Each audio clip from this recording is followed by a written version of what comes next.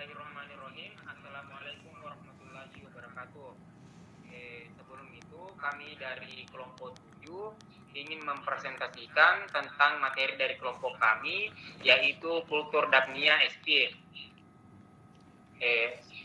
Langsung saja, anggota dari kelompok 7 yaitu yang pertama Rian Raja Abdal, Reza Septia Eka Suci, Denisa Alansari, dan Kudratullah.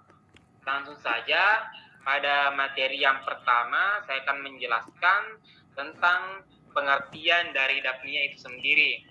Dapnia merupakan salah satu jenis pakan alami yang berasal dari perairan air tawar yang dapat dimakan oleh ikan hias dan larva ikan konsumsi, dan Dapnia sangat mudah dibudidayakan agar ketersediaannya secara kontinu dapat dilakukan.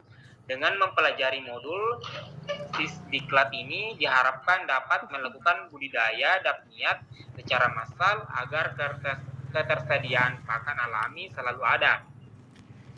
Dapnia merupakan pakan alami yang berukuran kecil sekitar 0,2 sampai 0,3 mm.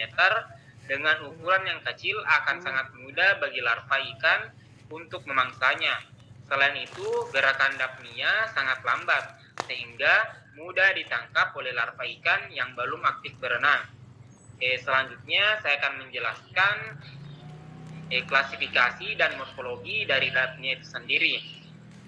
Dapnia termasuk kelas Crustacea, divisinya Oligobranciopoda, ordonya Cladocera. Dia termasuk famili Dapnidae. Dapnia sendiri berukuran 500 sampai 1000 mikron. Tubuhnya berbentuk gepeng dan berruas-ruas. Dinding tubuh bagian punggungnya berbentuk lipatan yang menutupi bagian dan anggota tubuh lainnya, dan pada kedua sisi tubuhnya hingga tampak cangkang kerang. Pada sisi atas bagian belakang, tubuh tersebut membentuk sebuah kantong yang berguna sebagai tempat penampung dan berkembangnya telur. Mungkin itu dari saya. Saya persilahkan teman saya untuk melanjutkannya. Pula tabe.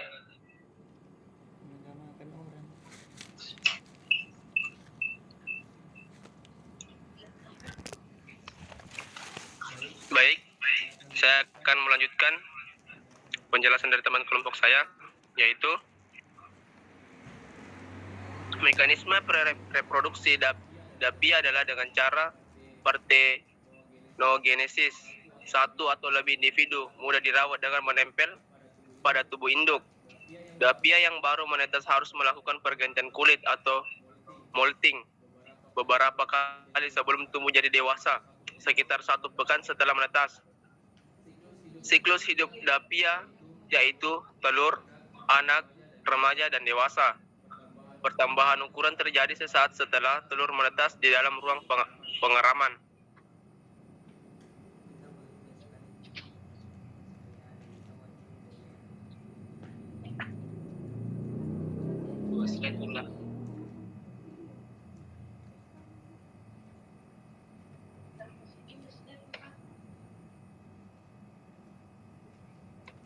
Selanjutnya, Dapia dewasa berukuran 2,5 mm, anak pertama sebesar 0,8 mm, dihasilkan secara partenogenesis. Dapia mulai menghasilkan anak pertama kali pada umur 4 sampai 6 hari. Adapun umur yang dapat dicapainya 12 hari. Setiap 1 atau 2 hari sekali, Dapia akan beranak 29 ekor individu. Yang baru menetas sudah sama secara anatomi dengan individu dewasa. Proses reproduksi ini akan berlanjut jika kondisi lingkungannya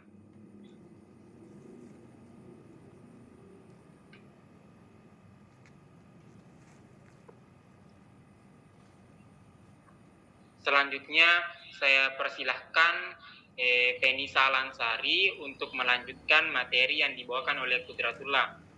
Saya persilahkan. Baik, selanjutnya itu makanan utama Dapinia, terdiri dari tumbuh-tumbuhan renik, sisa hancuran bahan organik, dan hewan renik. Dapinia ini mudah yang berukuran kurang dari 1 mm dapat memakan partikel kecil dari sampai dengan 20 sampai 30 mikron. Sedangkan Daphnia dewasa dapat memakan partikel dengan ukuran 60 sampai 40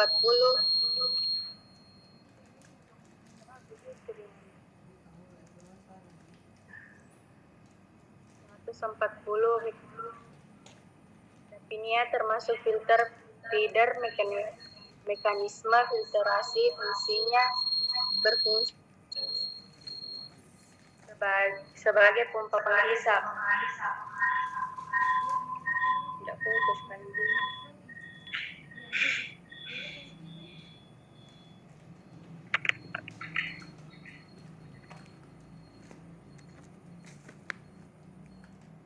Daphnia adalah jenis zooplankton yang hidup di air tawar, mendiami kolam atau danau. Daphnia dapat timbul optimum pada selang suhu 18 sampai 24 derajat Celcius. Selang suhu ini merupakan selang suhu optimal bagi pertumbuhan dan perkembangan Daphnia. Di luar selang tersebut, Daphnia akan cenderung dorman.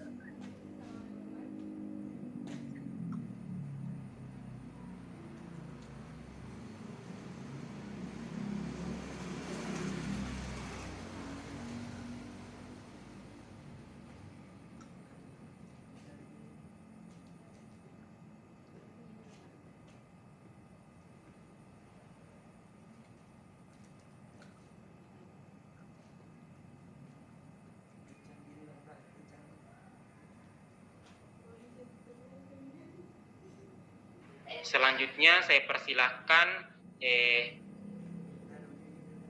Reza Setapi untuk melanjutkan materi dari Tenisa Alansari. Baik, selanjutnya yaitu kultur massal, kultur Daphnia. Yang pertama ada kultur massal. Yang pertama yaitu persiapan wadah. Persiapan wadah dimulai dengan pembersihan bak menggunakan sikat hingga bersih. Kemudian ada pemupukan dan media pemeliharaan. Media yang digunakan yaitu kotoran ayam kering yang dilarutkan ke dalam 90 liter per 10 kg. Larutan tersebut direndam selama 5 sampai 10 hari. Kemudian untuk pemupukan terdiri dari larutan kotoran ayam 1000 ml per ton dan bubuk bungkit kelapa 200 gram per ton. Kemudian pengisian air.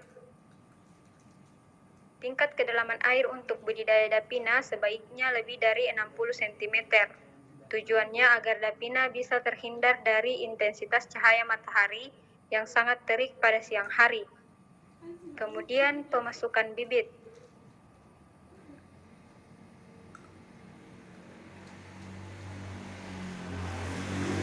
Pemasukan dilakukan selama selang 8 sampai 24 jam sesudah pemupukan awal yang berfungsi agar bibit tidak banyak yang mati.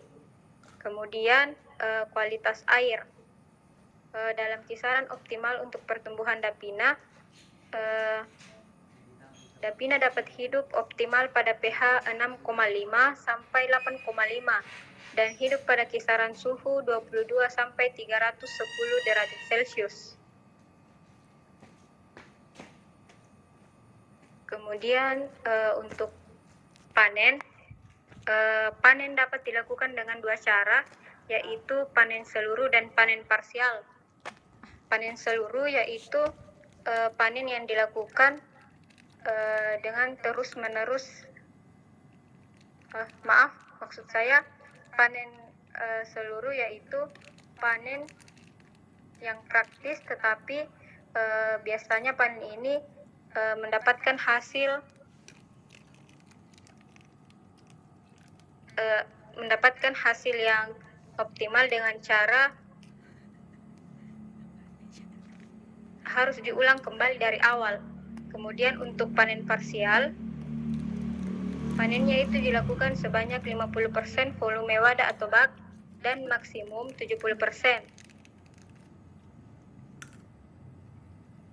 Kemudian penyimpanan dan pemberian pakan.